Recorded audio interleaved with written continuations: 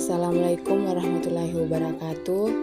Baik, di sini saya akan menjelaskan tugas kritik sastra tentang mengkritik sebuah novel.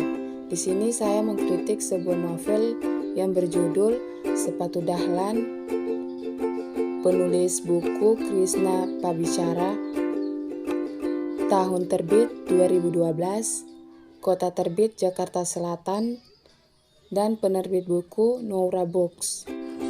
Baik, saya sedikit menceritakan tentang sebuah novel Sepatu Dahlan karya Krishna Pabicara ini. Sepatu Dahlan merupakan salah satu novel yang mendapat sambutan baik dari masyarakat. Dengan begitu, Sepatu Dahlan ini menjadi novel best-seller di Gramedia seluruh Indonesia. Novel tersebut terinspirasi dari Menteri Badan Usaha milik negara Dahlan Iskan. Novel Sepatu Dahlan menggambarkan dengan cukup detail bagaimana masa kecil seorang Dahlan Iskan yang pernah menduduki jabatan Menteri BUMN di Indonesia. Semasa kecil, Dahlan Iskan hidup dalam kemiskinan dengan mimpi sesederhana, yaitu sepatu. Sebuah mimpi yang sederhana namun sulit untuk didapatkan karena keterbatasan ekonomi. Untuk makan saja kesulitan, namun demi mimpi kita memang harus berjuang. Cerita ini diawali dengan keadaan yang kritis karena ia terkena penyakit liver akut. Pada saat dibius, beliau bermimpi akan masa lalunya. Dahlan merupakan anak kecil yang bersekolah di sekolah rakyat Takeran bersama teman-teman dekatnya. Arif Iman, Komaria, Mariati, Kadir. Ketika duduk di sekolah rakyat, Dahlan tidak pernah merasakan bagaimana rasanya menggunakan sepatu. Ia berangkat ke sekolah dengan tidak menggunakan alas apapun. Padahal Dahlan harus berjalan berkilo-kilometer untuk sampai ke sekolahnya. Dahlan tidak pernah mengeluh akan keadaan yang dialaminya. Novel ini berhasil melontarkan sesuatu yang patut direnungkan oleh pembacanya. Di samping ini, ceritanya cukup enak untuk dinikmati.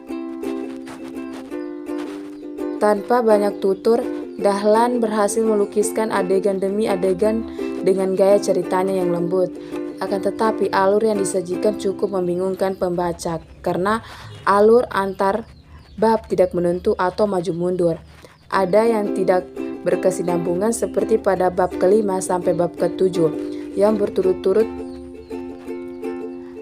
berjudul Berhenti Merawat Luka, Riwayat Seumur Tua dan Senyum Ibu. Bab ke-5 dan ke-7 menceritakan tentang keadaan keluarganya. Namun pada bab menceritakan tentang sejarah yang tidak ada hubungannya sama sekali. Hal ini bisa saja dapat membingungkan pembaca. Baik, untuk setting ceritanya menggambarkan kehidupan di kampung, maka tidak mengherankan apabila sering muncul gurauan-gurauan dan humor versi anak-anak kampung kebon dalam membentuk bahasa Jawa. Untuk beberapa orang yang tidak mengerti bahasa Jawa mungkin ada kebingungan dengan dialog tersebut. Namun di tengah keunggulan tersebut, tentu ada beberapa kelemahan terdapat dalam novel tersebut. Salah satunya adalah bahasa dalam novel Sepatu Dahlan ini tersebut tidak terlalu menarik. Saat menceritakan hal-hal yang biasa saja tanpa ada masalah yang menegangkan di sana, maka novel terkesan agak membosankan. Selain menceritakan keadaan kehidupan sang tokoh, tak ada hal menarik lainnya yang bisa menjadi daya tarik, sehingga novel ini hanya enak dibaca satu kali saja. Sesungguhnya hal inti yang dibicarakan dalam novel ini adalah cita-cita sang tokoh untuk memiliki sepatu dan sepeda. Tapi seiring dengan jalan cerita yang disajikan, novel ini yang masih menekankan kedua hal tersebut. Momen ketika sang tokoh mendapatkan kedua cita-citanya itu malah terkesan tidak jelas. Sehingga momen yang bagus itu hanya berlaku begitu saja. Tidak ada kesan bahagia yang luar biasa.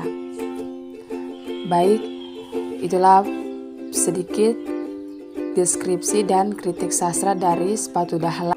Baiklah, itulah deskripsi dan kelebihan dan kelemahan dari novel Sepatu Dahlan ini.